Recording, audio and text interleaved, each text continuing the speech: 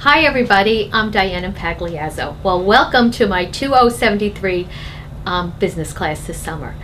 I've been a little frustrated because I don't get to know you.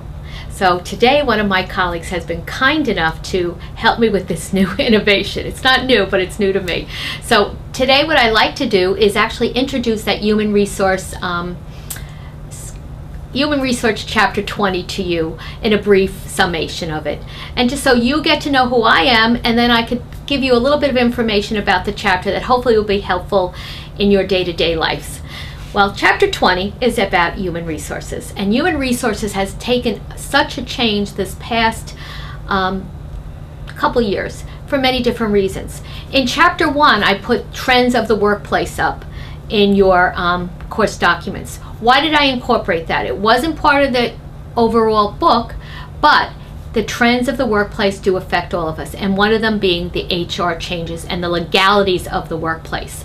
So let's look into that with our eyes open that you may not want to be a human resource manager. However, each one of you deal with people every day, and that is why you need to know about human resources. Let's start out when you hire someone. When you hire someone in today's workplace, it's so different than many years ago because we have the legalities that I told you about. Number one is applications. Applications have to be standardized in a sense that you're always asking the correct questions.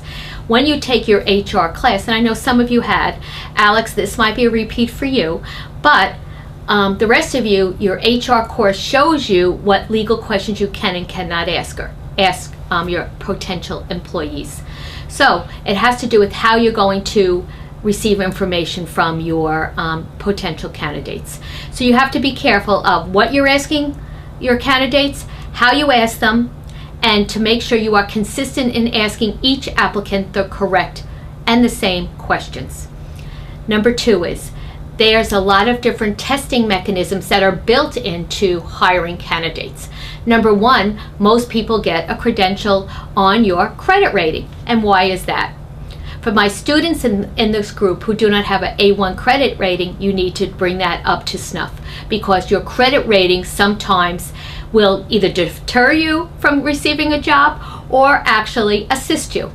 Good credit is important because employers look at it as a good character and someone who is consistent and has good skill set of, I'm going to use the word, being disciplined.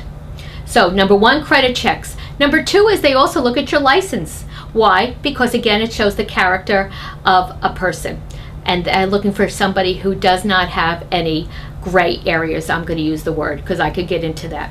The third thing they do is sometimes they give you some type of integrity testing. Some employers actually offer an interview with a PR, and that person actually questions the candidate about their social issues, about what they do in their free time, different things that do not really affect the workplace, but they're looking for overall character. Today's potential candidate, a management candidate in any organization, cost each organization approximately $10,000 just in training and implementation to that, for that employee to get invested into the area that they're working in. So that's a lot of money. So far we've discussed, number one, you look at different mechanisms that were used to test candidates' reliability, such as your integrity test, your driver's license, your credit rating. Are there others? Yes, there are others, but now companies also ask you to take drug test. Now, if any of you watch CSI, yes, you'll know that they're into DNA. That is something that's coming up the road. As soon as they narrow down those costs for DNA, you may see people taking hair samples instead of urinalysis. And why do they do this again? Because they want the right person on the bus. Some of you down the road may have time to read Good to Great, and that's by Jim Collins. And they talk about getting the right people on the bus because that's so important to your organization and how you drive it. Literally, getting the right people in the right positions surely makes a position. Problem employees sometimes are moved around. So you're moving around a problem to a different area. The second issue I want to discuss is your applications. You have to make sure your applications are actually worded correctly. They're consistent. Online applications tend to be the trend now. They are done a little bit differently. And the third thing that you really have to look for is your multi-generational workplace. You have different types of people in different areas. Therefore, skill sets, sometimes you have to weigh experience versus new technological skills that some prospective employees have. Blending the organization is such a challenge these days because many people in different areas do not know how to relate to people outside their ethnicity, their technological skills, and age. The multi-generational workplace issue is something that is a very big challenge for people in today's workplace. And the other thing is diversity, which comes into that, the multi-generational diverse workplace. How do you get people to work together, both cohesively and not against each other? Because a lot of organizations today work as teams. And bringing all people's skill sets to the table is so important. So with your multi-generational, multi-diverse workplace, it becomes actually a challenge to get people to work together as a team and taking all their talents collectively so you could help reach your goal in an organization. So that's one of the trends in the workplace. So we have our hiring practices, number one, are tighter and much more thorough than they were many years ago. Number two is that your multi-generational, multicultural workplace certainly is a challenge for HR professionals, whether you work in a small organization or a big one. And some of the chapters have indicated, who you're going to hire for your positions. Hiring for a corporation a little bit more diligent than a small business, as some of you are working in. However, I think the challenges really do remain the same.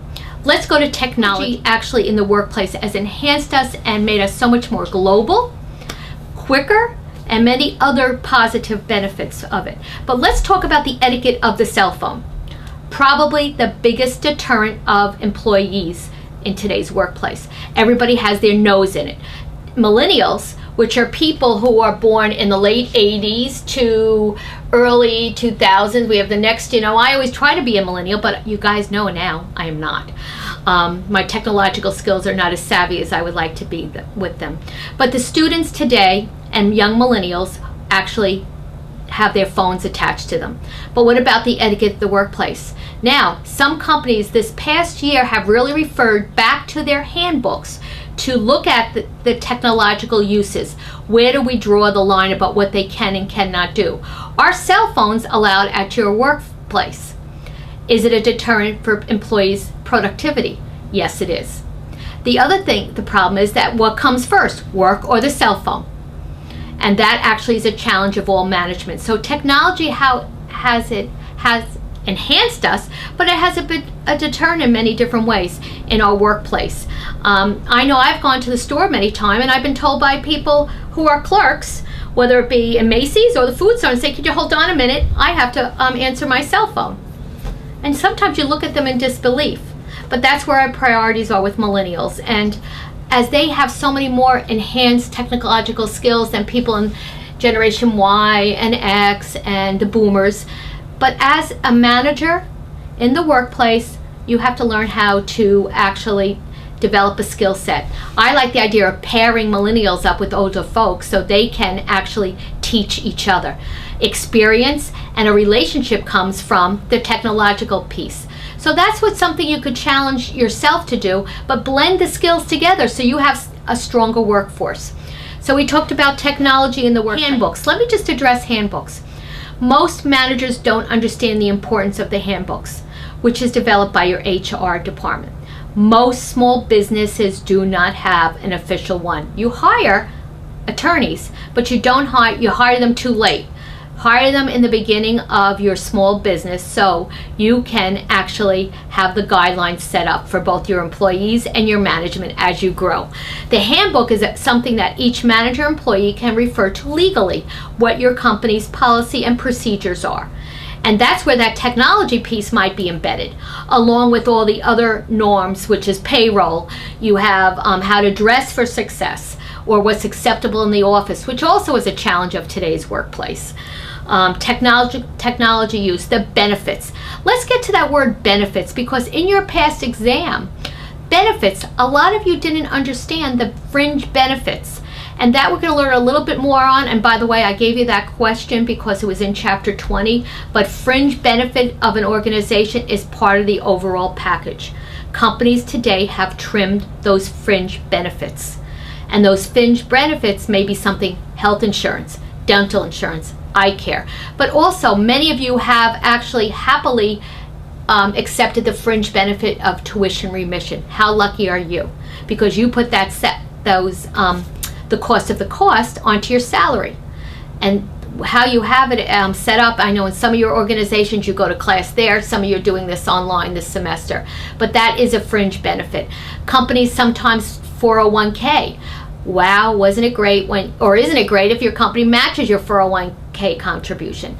For my 20-year-olds in the course, start your 401ks as soon as you are eligible, because you want to build a mountain of money for when you get older. Because in today's time, people are living longer, but that's why they're working as well, because they have to actually pay for their longer longevity. So that's something that comes into play. So fringe benefits, guys, also part of your handbook, but it is different from most organizations. Small organizations are going to face a change with the healthcare issues in the next year or two. President Obama has established something that most businesses, and I don't know the law verbatim right now, so I don't want to tell you, but they are going to have to offer, small employers are going to have to offer health benefits to all their employees in some capacity.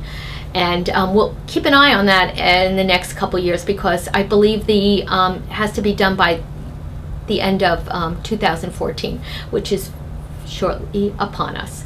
All right, so let's see a little bit more about HR that I want to just discuss with you. I did put a PowerPoint in. I don't have it in front of me. And as I said to you, this is my first time doing this, so I want to just tie in the rest of the chapter. HR, folks, also has to deal with people issues. And dealing with people probably is the biggest challenge most managers have. Did I get, number one, the right person? Number two is, do they know what the policy and procedure is of my organization? Do they understand what their job description is? And what is a job description? A job description is your day-to-day tasks that you actually perform on the job. In today's time, it is the norm that people's job descriptions expand without a change in job description, a change in title, or a change in compensation. And that sometimes is very frustrating for people. The other word that I want you to know is job specifications. Those are the word. Job specifications are the requirements that you need for the position of that you're applying to. And that might be like experience, that could be your college degree. Many of you may be bumped up in your position. You're going to use this degree as leverage, and that might be part of your next step for your next promotion. The job specifications requirement needed for a job. Some of you might need certifications. Just recently you looked at the SBA website and you saw all those things about small business, but job descriptions are not something they talk about a lot, because small business owners tend not to really stick by them. In many cases they hire people, and in small organizations sometimes that person becomes a jack of all trades, as many owners do. And not only are you working 24/7, but you're also performing many different tasks on the job. I touched upon so many things, and I only had 15 minutes, so I could go on and on as you're trying to figure this out. But I want to say it's been my pleasure working with you this summer, and hopefully I'll be able to pick up the phone this week and touch base with you. You all did really well on your test, and I know some of you who did speak to me, some of the questions I didn't elaborate on that were in the textbook, but I assumed that you knew something that we didn't cover. That's probably the frustrations of online learning, is that I would have probably in a classroom added more information to a statement, such as diversity in the workplace. So that was one of them. So the trends in the workplace, look at them because they affect all of you. And the HR piece, whether you're an HR manager or not, or just a regular manager, affect you daily. So I hope you enjoyed chapter 20. I hope you enjoyed this little segment of a lecture. And you're my first audience, so you're going to have to let me know how I did. So I'll talk to you tonight online, and have a great day.